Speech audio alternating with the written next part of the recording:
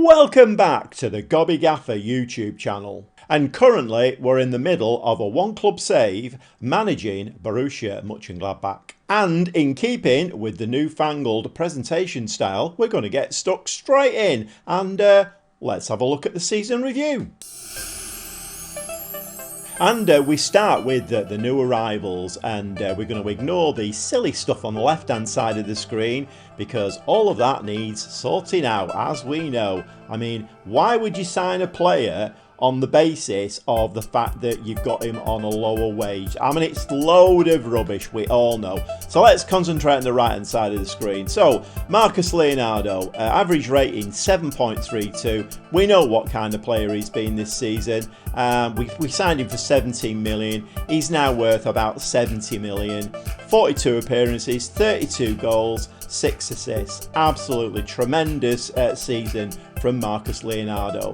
Badiou Shah we had on loan from Chelsea, 43 appearances, 7 goals from a centre-back. That is excellent. And 2 assists, 7.15. Then we have Tete, the Brazilian winger. More to say about him later on. 10 appearances, 6 goals, 5 assists, 7.14. Alex Collado came in from Barcelona, 4.6 million. 37 appearances, 13 goals, 13 assists, 7.10. I think you can see from these figures why we finished second in the league, because we had some great signings and some great performances. Alan Rodriguez didn't play an awful lot, brought him in for 4.7 million, 19 appearances, 3 goals, 9 assists, 7.02, and I think I do need to start playing him a little bit more. His star rating is not amazing, but he is a very, very good player, and I think sometimes you do need to disregard the star rating a little bit. And then we have Felix Amicha, came in from Wolfsburg, 10.75 million, 35 appearances, 5 goals, 4 assists, 7.01. And then we start running down a little bit. Reiss Nelson, not quite sure whether I'm that happy with Reiss Nelson. 43 appearances, 7 goals, 9 appearances, 6.98. I suppose he did okay. And then we have Gravenberch. Again, the jury was out a little bit on Gravenberch. So this is an overview of how we lined up. It does say we rotated the team a fair amount this season, and we did. We played various tactics and formations, and we did rotate the team an awful lot, but I do have the players to do that these days. So on the whole, it was basically Ramirez in goal, back four of nets, Itakura, Badiou Shah and Bayer, Gravenberch at the base of the midfield, Rodriguez and Micha. Not really Rodriguez, I'm a bit surprised he's in there. He's only in there really on average rating. He didn't play an awful lot, like I say. The wingers, Nelson and Collado, yes, would agree with that, with Leonardo up front. Obviously, the number of goals he scored, a little bit off the scale, but you know, a very, very good season. So our little awards ceremony that we had, obviously Marcus Leonardo got the player of the season, young player of the season again. Leonardo, he kind of scooped the board really, signing of the season. Like I say, top goal scorer, 32 goals. He scooped the awards really, but Collado gets a mention in there, and Nauhaus gets a mention in there as well. I've given Nauhaus a new contract, by the way, 27 years old. He's a really influential member of the team, and I think he's going to get a bit more game time this season, because we did play with quite a young team last season. We need a little bit more of an experienced head in there. A match by a player. Leonardo again, 3 goals, scored the hat-tricks of course. Most assists, Collado with 13. Most clean sheets, Ramirez, 24 clean sheets, very, very nice indeed. And most player of the match awards, again, Leonardo, top player. And I mean, you know, a spoiler, nobody actually came in for him, so we've managed to keep a hold of Marcus Leonardo, and that is great news for me. But 13 player of the match awards. And worst discipline, Manu Kone. More to say about him shortly. And just have a quick look at the finances as well. Club reputation has risen very, very slightly apparently. So we're still rated around the 4, just over 4 star. No new sponsorship deals this season, which is a little bit disappointing because it's one of the board requirements that we elevate that side of the club. So not quite sure how we're going to do that. We finished second in the league and we're in the Champions League. You would have thought more sponsorship, but if we just look at the annual review there, sponsorship very slightly up, 36 million. Broadcast revenue, 3.8 million. We didn't have any last, the season before. Corporate and hospitality, very slightly up at 3.32 million. Competition prize money was up quite a lot, nearly 90 million, 60 million last season or the season before. And match day commercial and revenue, 2.7 million, again, very slightly up. And merchandise sales, 6.46 million. Shirt sales, 42,000 shirts we sold. And not surprisingly, Marcus Leonardo, top of the shop there with Glock, Kone, Tete and Amicha following up closely behind. So I think I did make a statement towards the end of last season that I had a really good squad, and maybe with that 50 odd million I had to spend a couple of really top class signings in there. What I didn't bargain for was that my goalkeeper Ramirez, who had 3 years left on his contract, knocked on my door, said he wanted a bigger, better contract. Now, I have one or two reservations about Ramirez. Yes, I think he's a half decent keeper. I would, if you were going to do a rating, I would say maybe he's a 3.5 star keeper out of 5. And he did well for us. I'm not saying that he didn't. But when he started knocking on my door, I actually did speak to him and I said, look, I'm not giving you a new contract. You've got 3 years left on the one that you've got. You're on decent money and you need to show me, let's start making a few more saves. He did do one or two buffoonery things, in games. So you show me that you, no, very unhappy about that. And he left with a real grump on, slammed the door and off he went. So I thought, right, okay then. That's the end of your days here. And I had been looking for another keeper. I did have a bidding for one who was an absolutely superstar keeper. Unfortunately, he ended up going elsewhere, but he went to Italy in the end. So I did put Ramirez on the market, and we did actually sell him. The other player that I was very unhappy with was Itakura. If you remember that game towards the end of the season in the Conference League, and he was absolutely shocking. We would have won that game apart from his really poor mistakes. So again, not very happy with Itakura. So he was another one. I thought, right, let's try and sell him, get a bit of money in, and we did just that.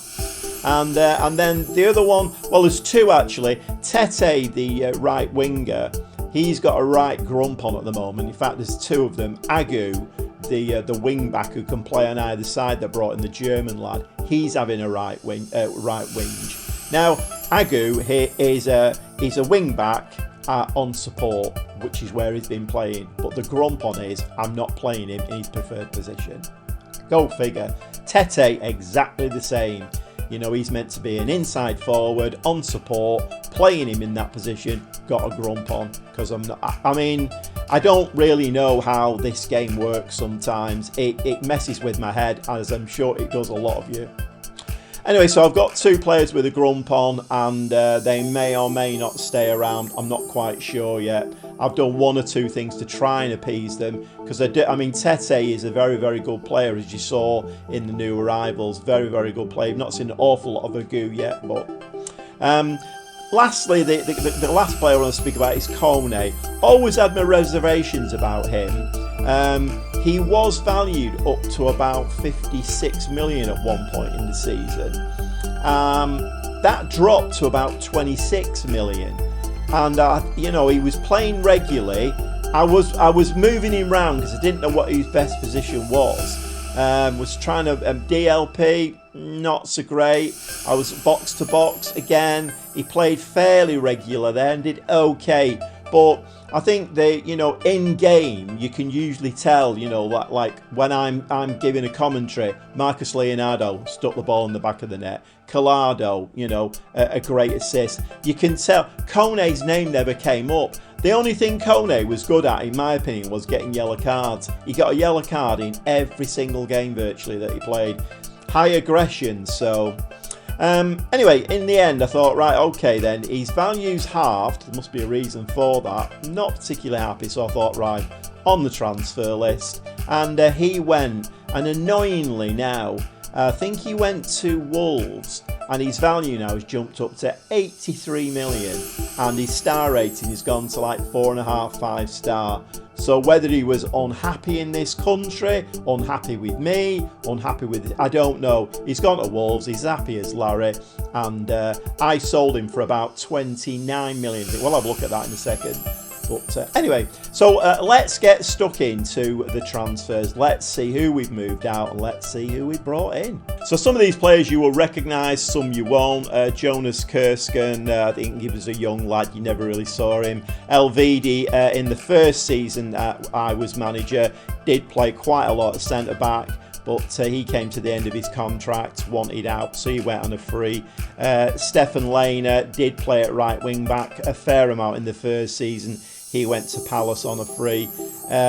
Pedrosa, the left wing back, the Spanish lad that I brought in, I signed him. We did actually lose a little bit of money on him, which I'm not particularly happy about, but he went to Werder Bremen for 2.4 million. Never really hit the ground running, didn't really do the job that I wanted him to. Meant to be a top player, great stats, and if Werder Bremen can get him playing, they've got a great player there, but sometimes you just have to do what's best. Ngumu, the backup, a right winger, he's gone out on loan to Eibar. We're getting a little bit of a fee for him. Kone, just spoken about Kone, gone to Wolves. He's actually gone for 29 million up front, but overall 36 million, so maybe not too bad.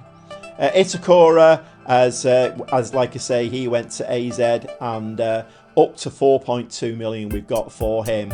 Ramirez, the goalkeeper, he's gone to Hoffenheim for 15 million. A nice bit of money for him. We only paid 1.5 million for Ramirez, and like I say, my rating, maybe a 3.5 star keeper. The interesting thing is with him, now he's gone to Hoffenheim, I did check in on him, and he's dropped to a 2.5 star keeper now. So I think probably I've done the right thing there. Charles Piquel, another player that I brought in. We did lose a little bit of money on him again, but he dropped to like a 2.5 star rating and wasn't really good enough for us. So we're getting 1.2 million for him overall. Then one of the young kids there's gone out on loan. Simon Wall again, he's gone out on loan. Goalkeeper there's gone out on loan. And Oscar Fraulo, it's very difficult, I think, when you've got to bring players through and the European rules, you know, homegrown players trained at club. And I thought Borja Sanchez and Fraulo would have been the two that were coming through. Fraulo's never really improved. Borja Sanchez, I think, has got worse. So anyway, Fraulo's gone out on loan. Okay, I can put my big head back in the way now, because obviously my big head was in the way of the transfers out. So transfers in, we've spent 92 million, 52 million coming in on transfers, 92 million going out, so we have spent a little bit of money here. So the first one in is, I'm not quite sure how to say this lad's name, he's a 26-year-old Swedish striker, Victor Gyökeres, I think, Victor Gyökeres. If you remember, we had Delap on loan. We do need some backup and some strength in depth in the striker position, so we've signed this lad permanently. He's very quick, he's got great mentals, and he's got a 14 for finishing, so I think he will be he'll be a very good backup to Leonardo, and maybe if we got a 2-striker system at stages, he will be a really good addition to that forward line. And you know I always love a little bit of added value. He did come in on a free. He's now worth up to 25 million. Okay, the next signing is, I'm not even going to attempt his Christian name, but Pavlovic, 23-year-old Serbian, now centre-back, bit of a problem for me. Itakura has gone. Badia Child went back to Chelsea. Didn't want to come back out on loan to us. Not quite sure, because he played every game and he was a great player for us. But very short at centre-back, so I've jumped in the market 4-star player, this one. We paid 24 million for him. He's now worth 46 million. Like I say, central defender, absolutely brilliant physicals.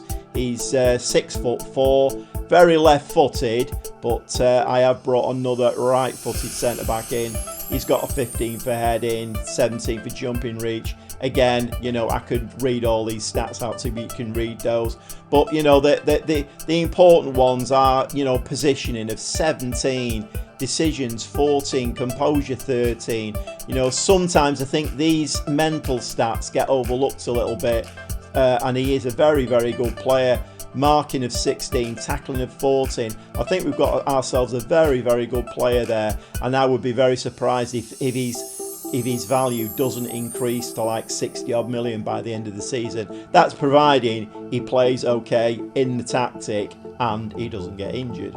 So obviously I had a massive problem in the goalkeeping position. I did have offers for quite a few keepers in who all ended up, you know, like 4-star, 5-star keepers who all ended up going to other clubs. And then eventually this lad came up, Dennis Simon from Stuttgart. We paid 15 million for him.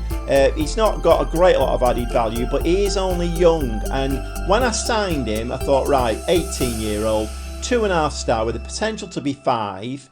I'm a little bit surprised he's not a wonder kid, really, but I thought, okay, you know, we'll have him as a backup, and then we'll sign it, you know, a main. But then the main goalkeeper never really materialised, and the longer I went on and looked at his stats, I thought, you know what, at 18, okay, he's young, but he's got a driven personality.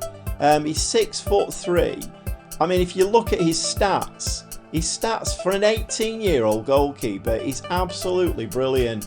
In a couple of years' time, 2, 3, 4 years' time, I think he could be a world-class goalkeeper. Dennis Simon, he's German as well. Really, really important. So he is our first choice goalkeeper now, and I've promoted one of the young kids and to be back up. This may come back to bite me, I don't know. Having an 18-year-old in goal in the Bundesliga and in the Champions League, don't forget. But you have to bear in mind, I did have bids in for 25, 26, 27-year-old goalkeepers who were coming in as 4-star. And they all went elsewhere. I couldn't sign anybody else who was, you know, half decent. This lad has got a lot of potential. 18.75 million next to Torino for 24-year-old Per Schurz, and he's a Dutch lad. He's valued now at 34 million. He's coming as a 4-star, which is just what we want. Centre backs, you need them to hit the ground running. Again, we're looking at his stats, looking at his mentals here. You know, his decisions, concentration, positioning. Obviously 6'3", really great at heading. Physicals are really good. He's reasonable with his left foot, but very strong right-footed. So at the moment now, unless I get some injuries, which, I mean, you shouldn't really say that, should you? Because it's guaranteed. As soon as you say that word beginning with an I, you'll get some. But provided we don't get that word beginning with an I, Peter Schur and Pavlovic, centre-backs, absolutely brilliant. I have got backups that can come in and play there. Bayer, the right wing-back, who's a German lad, who is obviously great. He's a great right wing-back, but he qualifies us for all the European stuff and whatever, as you know, trained in nation home, all of that kind of thing. But he can play at centre-back as well. He's a tall lad. And when I was doing all my negotiations, I forgot about him, and I thought, oh, he can play centre back, and he can play centre back really well. It's not like he can play there, but he's not that. He actually can play centre back. So I've got in the club as it stands. I've got backups who can play in there. But we've got, I think now, 2 really good centre backs. And they've got the 2 centre backs got a little bit of pace and acceleration, which you need. So I think it was my director of football who brought this one to my attention. He's again, I'm not going to attempt his Christian name, but Mudryk from Chelsea on loan, 23-year-old Ukrainian. He's got 4.5 star potential for that left side inverted winger, inside forward.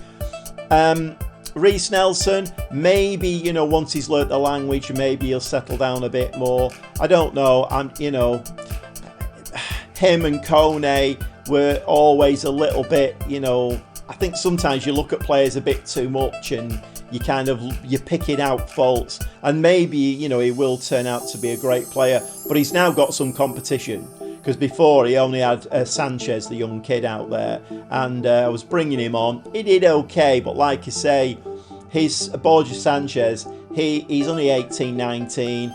His stats have not risen to the level, you know, he was a potential 4.5, 5-star player. Now I think his potential's dropped to a 3.5. So I don't think he's going to make the grade. But now we've got some real good cover on that side, and Mudryk will be seeing a lot of game time. 19 million next to Milan for Tommaso Pobega. I'm going to call him Padiga. You can bet your life on that one. I don't know. B's and D's. Padiga. He's Pobega. So if I start calling Padiga in the comments, oi, you're calling him the wrong name. It's Pobega. So he's a 25-year-old Italian central midfielder. He is going to play primarily as a box-to-box. You know, physicals are, I mean, they're not off the scale, but they're very, very good. Mentals, again, very, very good. He's very good at marking, tackling. You know, he's got 14 for vision. He's reasonable at passing. So hopefully he will do a good job for us in there. So he's good at I mean, this is what I've been focusing on midfield-wise. I want players who can play in there and do like a dual role. They can get the foot in when needed, but also pick a pass out. And that's what I've been looking for. And his value now is 36 million. So there's a little bit of added value in there as well.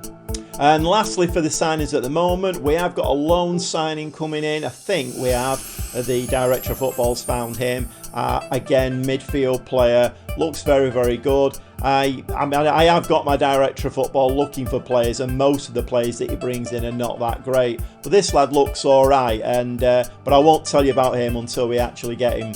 But this is the last of my signings. So another midfield player, Salvatore Esposito, an Italian lad, 23-year-old, coming as a 4-star again. He's worth up to 62 million now, and we've got somebody there who can play Mazzala. He can create. He's got 15 for vision. But he has got good marking and tackling, and that's been my focus really on. I mean, there's a lot of midfielders out there who can pick a ball out, great vision, whatever, but marking a 5, tackling a 5.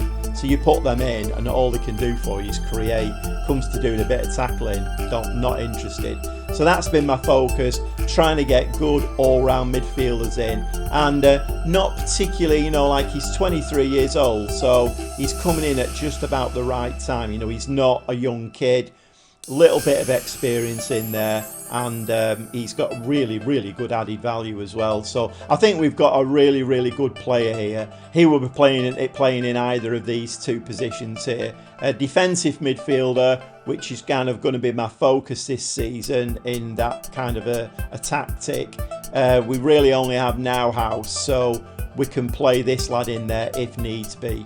So yes, having said that, I didn't think that we would need to add too many players to the squad. In the end, whinging players, grumpiness has forced 1 or 2 sales. Players who, you know, I was a bit unsure about. In the end, I've thought, right, okay, if you're unsure, just get rid. I've got rid, and I've made more signings than I thought I would do. But I think we're building a very, very strong team now, and we've only got one loanee in now. The 2 centre-backs are ours for the next 3, 4, 5 seasons. And if they can get an understanding, those two, I think we've got a great central defensive partnership with the young kid behind, who is only going to get better. He's got a 5-star potential. Hopefully we've got a great defence there. So we're just going to have a quick look through all of these now. So we've got dynamics. One problem I have got is that all my team leaders have now gone. So I think now House, and I'm not quite sure. I've got a couple of these lads on leadership courses. Hopefully they will step up. They need to step up quite quickly, because I think the game looks at team leaders and the hierarchy as a very important part of the game. And if I've got no team leaders on the pitch, it could cause me problems. So I need them to step up. Happiness in the group is, well, it's absolutely brilliant. The only two players are the aforementioned Agu and Tete, playing them out of position when they're actually, I don't know. Sometimes the game baffles me, the way that the AI works. It absolutely baffles me. But everybody else, happy as Larry, absolutely brilliant. Staffing wise, I've done quite a little bit more work on this again. I've asked for some more scouts. They gave me another 3. So as you can see there, we're the best in the Bundesliga for scouting now. My scouts are out all over the world looking for players. My coaching staff have been the best in the Bundesliga for a little while now, but I've managed to bring some even better ones in, particularly goalkeeping coach I brought in, who's a lot better than the one whose contract ran out. So again, we're top of the shop in the Bundesliga. Medical team, not quite so much. We have no doctor, so I'm guessing that is causing a bit of confusion there. Maybe I need to ask for possibly another sports scientist, another physio, I don't know. But, you know, staffing wise, we're doing very, very well. Into the medical centre, we only have one player currently who is out, that word that begins with an I. We only have one player, and it's he actually came in injured, which is a little bit unfortunate. Esposito, sports hernia. He's expected to be out for another 8 to 12 days. But I have got people I can play in there. I mean, I think my starter will be Glock and Pabiga in there. So we'll have a box-to-box and an advanced playmaker, Mazzala, something like that. So I'm not too worried about that. I mean, I think he will be a very good player as and when he gets fit. Quick look at the schedule. We did start off a little bit ropily. The first couple of friendlies, not great. But we won the next 4 friendlies. It's never really that much of an indication. It's more about getting fitness into players' legs. We have played the first round of the DFB Pokal, which the board requirement this season is get to the latter stages of. And we spread the goals around in this one. Obviously, Leonardo got on the score sheet. Collado with a penalty. My new centre-back got on the score sheet, Pavlovic. And also Guy Carrez, he also got on the score sheet. So a couple of the new players scoring there. And this is the schedule for the season. So the first game which we'll be watching today is going to be Hoffenheim. And then we've got Köln, Schalke 04, Hertha Berlin, Eintracht Frankfurt. One of the new teams into the Bundesliga, Heidenheim. So we don't actually play... where are we now? Bayern Munich. We don't actually play for quite a while into the season, so hopefully we'll have built up a few points and they'll have dropped a few. Be nice to go into that game on top, wouldn't it? Whether that's going to happen, I don't know. The Champions League this season is into the new format now that I'm sure we're all pretty used to. It's a huge group, and out of that group you play 8 individual teams. And those 8, if you can win all of those 8 games, you get 2.4 million for each win. And the top 8 out of the main group go through to the knockout stages, and then I think from 9 to 24, those positions 9 to 24 then go into a knockout to then determine who goes into the knockout with the guaranteed teams. I know it's a bit confusing, but if you watch my saves before, you'll understand what's going on. But anyway, we are into the new format Champions League. And I did tell you about one of my director of football recommendations. It's Giovanni Fabian, and he's potentially coming on loan, 3-star with potential to be 4.5. He looks okay actually. He's certainly probably the best player that my director of football has brought to me. Another midfield player. He can play in either of those 2 positions, which is great for, you know, for cover. And I think if I've got my European squad right, then he will fit into that European squad quite nicely. Just a quick reminder of the board requirements for this season. Reach the UEFA Champions League proper is required. Qualify for the Champions League is required. Reach the latter stages of the German Cup is preferred. And my contract runs out at the end of this season, so it's a little bit of squeaky bum time. If I don't hit the ground running and don't do well in the Champions League, then maybe they might not be giving me a new contract. And like I said before, it's a one club save. That would be a problem. Quick look in the dev centre. I have asked the board for better youth recruitment and youth facilities. I think the youth recruitment they said yes to, but the facilities they said they were fine. We didn't need any. But we have no players worth noting in the dev centre, which is a little bit worrying, because a lot of the players that in my squad in the second team and in the under-19s I've let go because they weren't up to standard. So we have got one or two players in there who can come through, and the homegrown thing, as we know, the European rules, very, very important. So we need a good intake this season, you know, and that is very, very, very important. And lastly, finances. We have 33 million in the bank.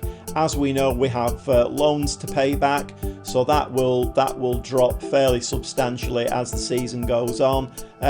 Wage budget, we're about 130,000 under the wage budget, so we have got a little bit in there. Very little transfer budget now, but the finances are looking okay. But I think certainly if we can start getting some results in the Champions League and getting those 2.4 million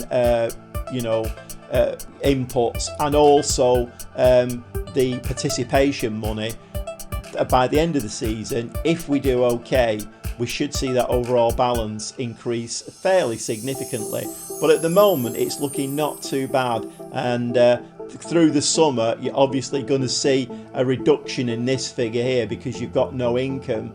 But starting the season at 33 million, I don't think it's too bad really. So with that, I think we're all nicely caught up now. We've had a good look through, you know, the club, the transfers, the finances, and I think we're well up to date with all of that now. And I think it's time to go and put this team. And when we have played one game, we played the German, in the German Cup, nice 4-0 win, but they were a very underrated team. So we need to pit ourselves against, obviously, Bundesliga sides now.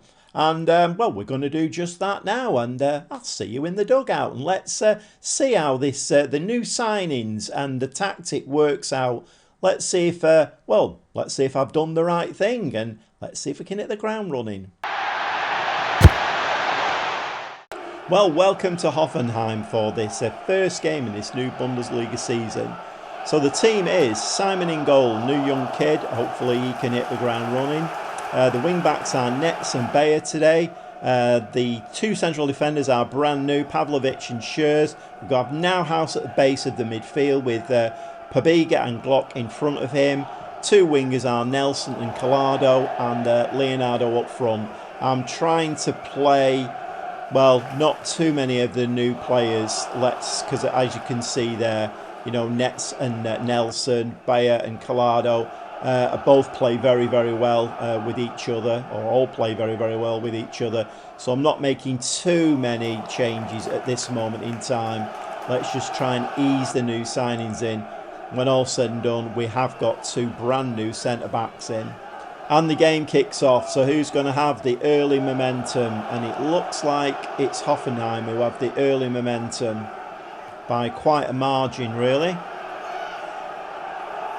Although nobody's had, Hoffenheim have just had the first shot, but we do get the first highlight. A throw in there to Pavlovic. Pabiga, ball forward. Very, very poor ball forward. Can we get this ball back? Can we win the ball back very quickly? Yes, we can. Reece Nelson on the ball now. Ball out there to Bayer on that right-hand side.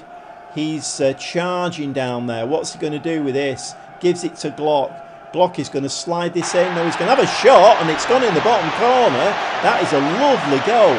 And great confidence from the young lad there. I thought he was going to slide that in for one of the advancing forwards there, but no. Bayer to Glock, and Glock just runs into the box and says, you know what, I'm going to have a do with this, and that is a lovely goal. And we're 1-0 up. Very, very nice indeed. So we've not had an awful lot of the momentum in this game. We seem to be picking up a little bit now. We're staying on a positive mentality. That goal seems to have perked us up an awful lot. We've now had 4 shots, 2 on target, XG of 0.17, not amazing. I mean, it's half time now, and I mean, to be fair, we've not been that great, but you know, the all important thing is we've got the goal in the back of the net. So I think I'm going to say delighted with your performance so far. I'm not really, but they're all looking delighted, and at this moment in time, with new players in the team, and you know, we've got to work everything, you know, everything's got to be worked on at the moment, so we need to keep the lads quite positive. So it's been very, very even up to now. Nearly 60 minutes on the clock, couple of changes, taking Nauhaus off, brought Rodriguez in there. The players who are kind of for that role, they're injured at the moment, so Rodriguez having to fill in a little bit there, but Nauhaus not even having the best of games, and then Mitra has come on as the box-to-box. So let's see if we can nick another goal in this game. And still no highlights as yet. We're still on a positive mentality. Hoffenheim are getting a little bit more of an upper hand. Momentum has swung our way a little bit. Last 3 changes now, all along the back. So Agu, Friedrich and Fresneda have all come on. So this second half is devoid of highlights apparently. This is the first highlight that we've had, I think, in the second half. Glock there to Enmicha, gives the ball away, but Leonardo does pick it up. Collado, little bit of smart footwork there. Fresneda, ball to Glock, into Enmicha. He slides it through, and a lovely goal from Collado. Although the referee is rummaging for his whistle, and this would not surprise me if this gets disallowed. It has been disallowed, and that's a great shame. I mean, what was that, arm hairs? No, it wasn't arm hairs. Okay, fine. So we go into the final added on minutes now. Can we come away with a slim 1-0? Yes, we have. And seeing as Bayern Munich have won in their game already, that's a very important 3 points. We're going to go into the dressing room and say, well done, lads. We weren't at our best again. Seemed to say that a lot last season. We're getting the results without playing our best football, which is a little bit worrying. I'm not quite sure. I'd like that to say you were absolutely amazing and keep up the good work, but we don't seem to get an awful lot of that. And there's an early look at the league. Obviously, some teams have not even played yet, so it's kind of a little bit pointless, really. Okay, so a nice little start to the season there. 3 points on the board, and well, let's see if we can carry that on, because I am going to go off and play a few games off camera now. Next time we come back, we'll have a couple of games for you. We will be, you know, quite a few games into the season, and let's see if we can keep some kind of a winning run going and give Bayern Munich a run for the money. Don't think we're going to win the Bundesliga this season, but we've got the Champions League to contend with as well. Anyway, yeah, if you've enjoyed watching this episode, please give me a like. If you're new around here, please subscribe and spread the word. Helps the channel to grow, all that kind of malarkey. And all that's left for me to say is, well, thanks very much for watching, and well, we'll see you next time as the Gobby Gaffer manages Borussia Monchengladbach.